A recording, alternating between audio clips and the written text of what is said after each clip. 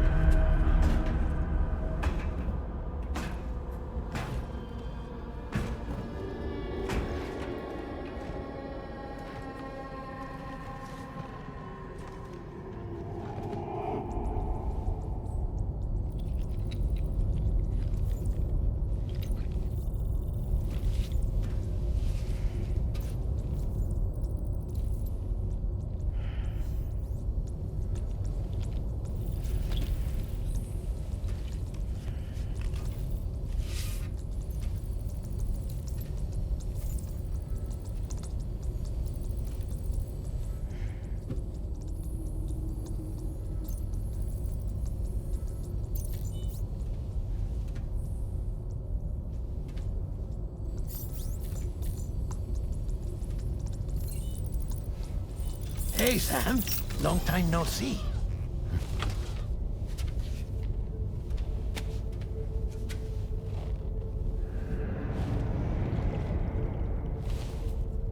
It's me, your old pal, Deadman. Deadman?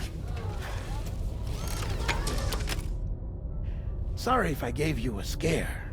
While Hartman is off conducting his near-death excursions, I am borrowing his body.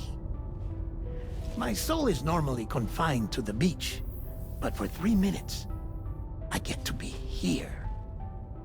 How's that possible? Because he has my heart. You're telling me that's... My parting gift to Hartman, yes. Per his request, I bequeathed it before departing on my one-way trip to the beach. He put so much stress on his own that it had grown quite weak. If and when it failed, mine was meant to serve as insurance. But as you can see, he appears to have become rather attached to my heart. His finger never far from the proverbial on switch. Which is why I've been able to assume control of his body. Come here. It's good to see you, Sam. I told you in Mexico that someone had falsified BB-28's records. But in truth, it was yours truly. My intention was to leave no trace of a second BB-28 or of Lou. I wanted you to be free to live your lives, unburdened by the past. But then, well, everything changed, didn't it? You lost Lou, and needed answers to make sense of it all. 30 seconds remaining. So, I decided to access the network servers from within the beach. Security isn't as strict over there as it is here, you see. So that was you? That's right. I am the one who dug up the information about Lou's past. Your very own Hartman was me all along. 2. Administering shock. Stand clear.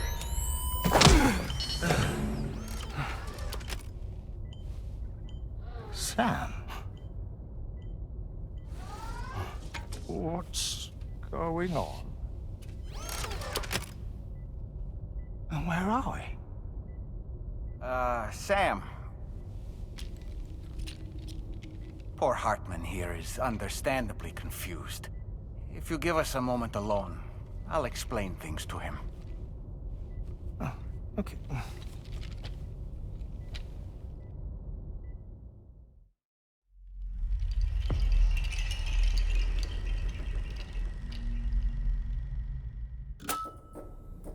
Well, I've apprised Hartman of the situation. It's not unlike my own experience. A soul finds itself in a puppet, and then acts as a puppeteer. One's Ka can reside in any vessel to which one has a strong attachment. Human Ha or inanimate object. It makes no difference.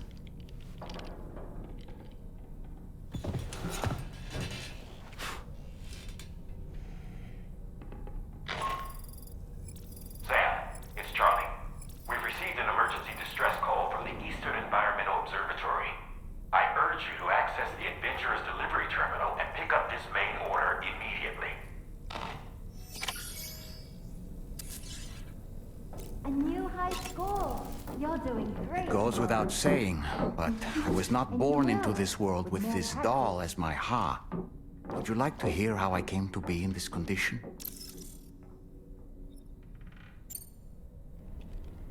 My darling wife was working as a nurse in an isolation ward.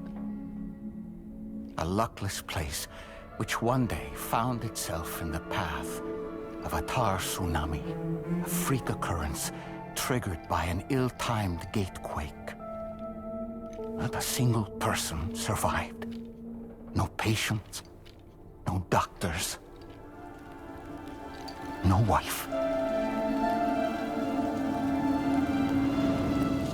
We just have to be careful. Hold on.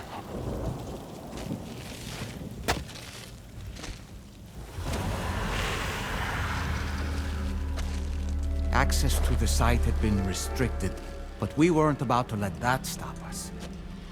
It was my daughter's idea. Come through. She was desperate to see her mother again. Be careful. Go feel one. Okay, hold my hand.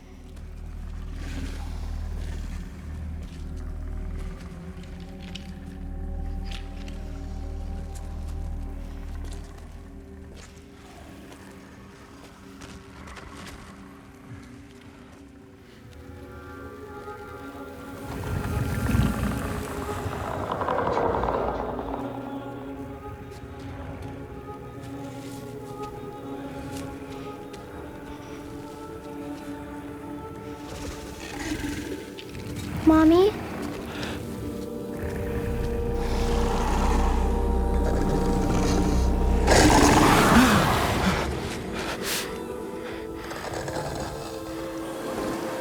It's me, honey.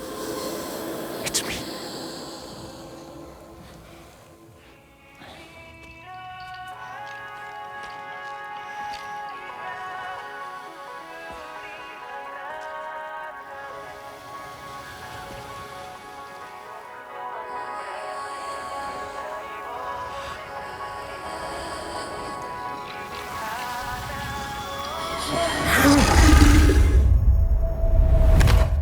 In the end, it wasn't even her daughter that she remembered.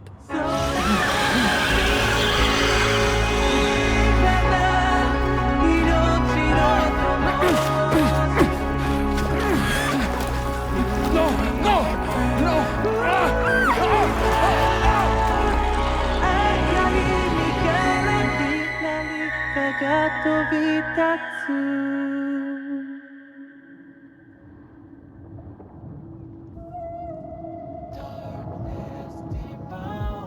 Before we knew it, we were swallowed by the tar, battered against the rocks, and eventually coughed back up into this world.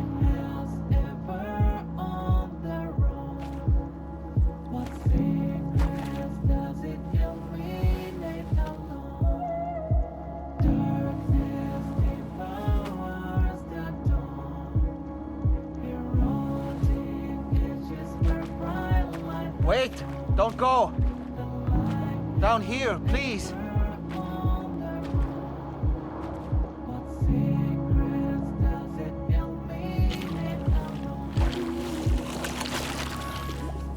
Hello, little one. You cold? Let me guess. The car of that poor girl over there? Oh, my daughter's car is long gone. I'm afraid it's just me now. She died, but for whatever reason, her soul was unable to move on because it ended up here in her doll, stuck somehow. My baby girl would have been left here all on her own. So I liberated her, forced her car out with one solid push. And she was free at last. Free to leave this world and go to where the dead belong. Just as I would have done, had I not gotten stuck myself.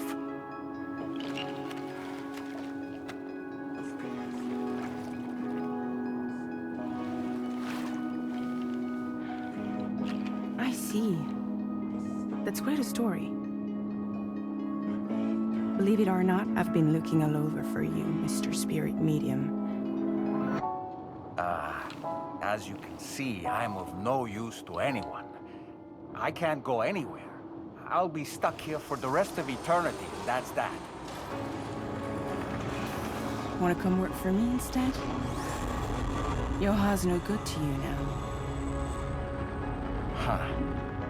It didn't last long out of the tar.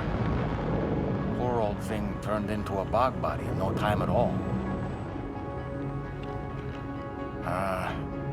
You think you could bury them for me?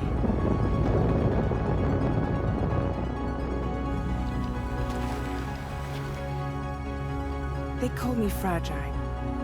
What do they call you? The Talon Man, maybe? No. Dolman suits you better.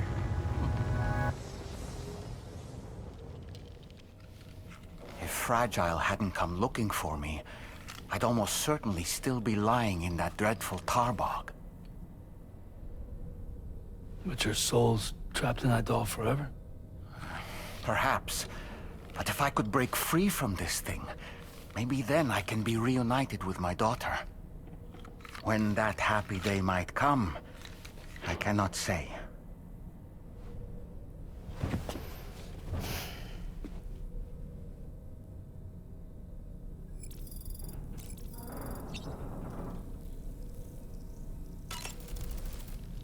I did what any father would do.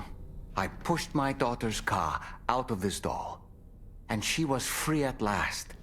Free to leave this world and go to where the dead belong. Thank you for listening to my story, Sam. But enough about me. It's time I let you focus on your job. As I mentioned before, I lost my wife to a tar tsunami. And after she died, she turned into a geyser. My daughter was unable to accept her mother's passing. She pleaded with me to see her again. As a medium, I thought it was within my power to grant her wish. So I gave in and took her to the hospital where her mother had died. It was the worst mistake I've ever made. I thought it was the right thing to do, taking my daughter to be reunited with her mother. And when we arrived, we played her favorite song, hoping for a reaction. But it was too late. She had no memories of our time together as a family. She was no different from any other geyser, to be honest. I already knew that deep down. My daughter's heart was swallowed up by the tar soon after, as was mine. And eventually, my car became stuck inside my daughter's doll. A prison very much of my own making. I couldn't tell you how long I lay there, until finally, someone came. Fragile. Looking for fellow doomed sufferers to recruit to her cause. I wouldn't be here if it weren't for her.